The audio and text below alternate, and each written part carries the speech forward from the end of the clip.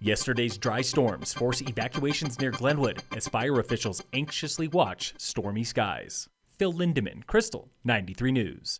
Gusty winds yesterday stoked the Williams Fork fire north of Summit, growing about 3,000 acres in 24 hours, now burning 9,500 acres on the county line. Summit Sheriff Jamie Fitzsimons. On this end, it's about 8 miles, closing in about 8 miles from the Summit, Grand, Clear Creek county lines. All of our counties kind of come to a corner there. Dry storms also whipped up the Grizzly Creek fire in Glenwood Canyon, growing 4,000 acres yesterday, while the Pine Gulch fire near Grand Junction was spared, growing just 300 acres after swelling by 25,000 acres overnight Tuesday. A lightning storm sparked a new fire yesterday between Glenwood Springs and Carbondale, forcing residents to evacuate around 4 p.m. That fire was quickly controlled after burning 40 to 50 acres, and residents returned home by 10. But lightning danger remains. If you look at some of the fires in Northern California, they talked about a lightning surge that was unprecedented that started now all of Northern California on fire. We could experience that same thing. Pine Gulch is 14% contained today, all other fires less than 4%. Plumes of smoke up north yesterday had Summit on edge, including the sheriff and Tom Fricke. It looks like an impending tsunami coming. Yeah.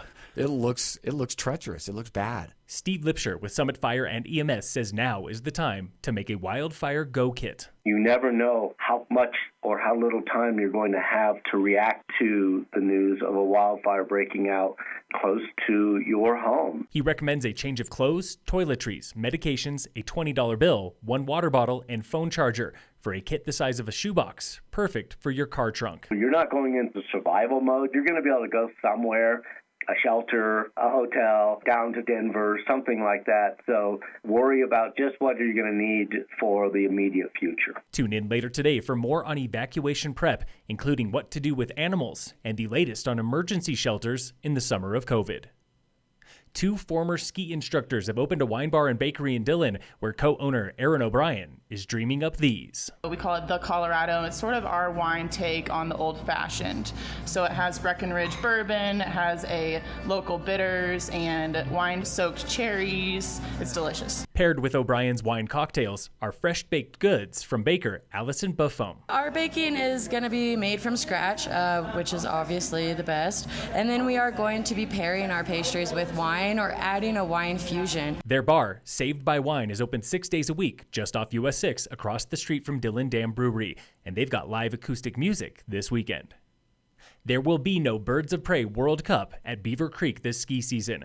The Vail Daily reports on a tough decision from FIS, the World Cup body, which recently canceled its entire North American schedule. This includes Killington Tech events and Lake Louise downhills, keeping World Cup skiers exclusively on European snow this winter, if they race at all. The latest now on coronavirus and what Colorado is doing right. Earlier this week, Governor Jared Polis applauded a recent milestone. We had our lowest positivity rate for coronavirus testing in Colorado, 2.18%. And that is a direct result of you wearing masks in public, of you avoiding large gatherings, staying home when you can. And that's especially welcome news as kids return to school across our state. The latest data from Johns Hopkins shows our state has an all-time infection rate of 6%, lower than all neighboring states except Wyoming and New Mexico at 5.4 and 3.4% respectively. But as we have seen, a few outbreaks can derail the COVID roller coaster, like an outbreak of 8 employees at Qdoba in West Vail last week. Eagle County's caseload per 100,000 is 102, cut in half in 14 days, but still more than double the state benchmark. Summit County's latest infection rate is 25.8 per 100,000 people, with a positive test rate of 4.8%. Summit Medical Center is at 29% capacity today, with no COVID admissions since late July. That is Analog Sun of Boulder playing 10 Mile Music Hall tonight for the final evening of concerts not in the park.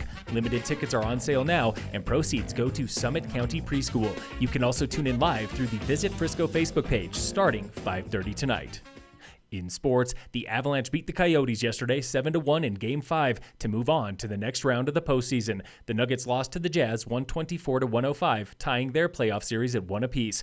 The Rockies got manhandled by the Astros 13-6. Today, the Rockies wrapped their series with the Astros at 110. And in local sports, brought to you by American Family Insurance, the Weiss Agency, yesterday was race 5 of the Vail Rec District Mountain Bike Series at Beaver Creek, where local Xterra champ Josiah Madaw was men's and overall winner. Breck local Taylor Sheldon took 5th, missing 2nd place by just 3 seconds in a sprint at the finish.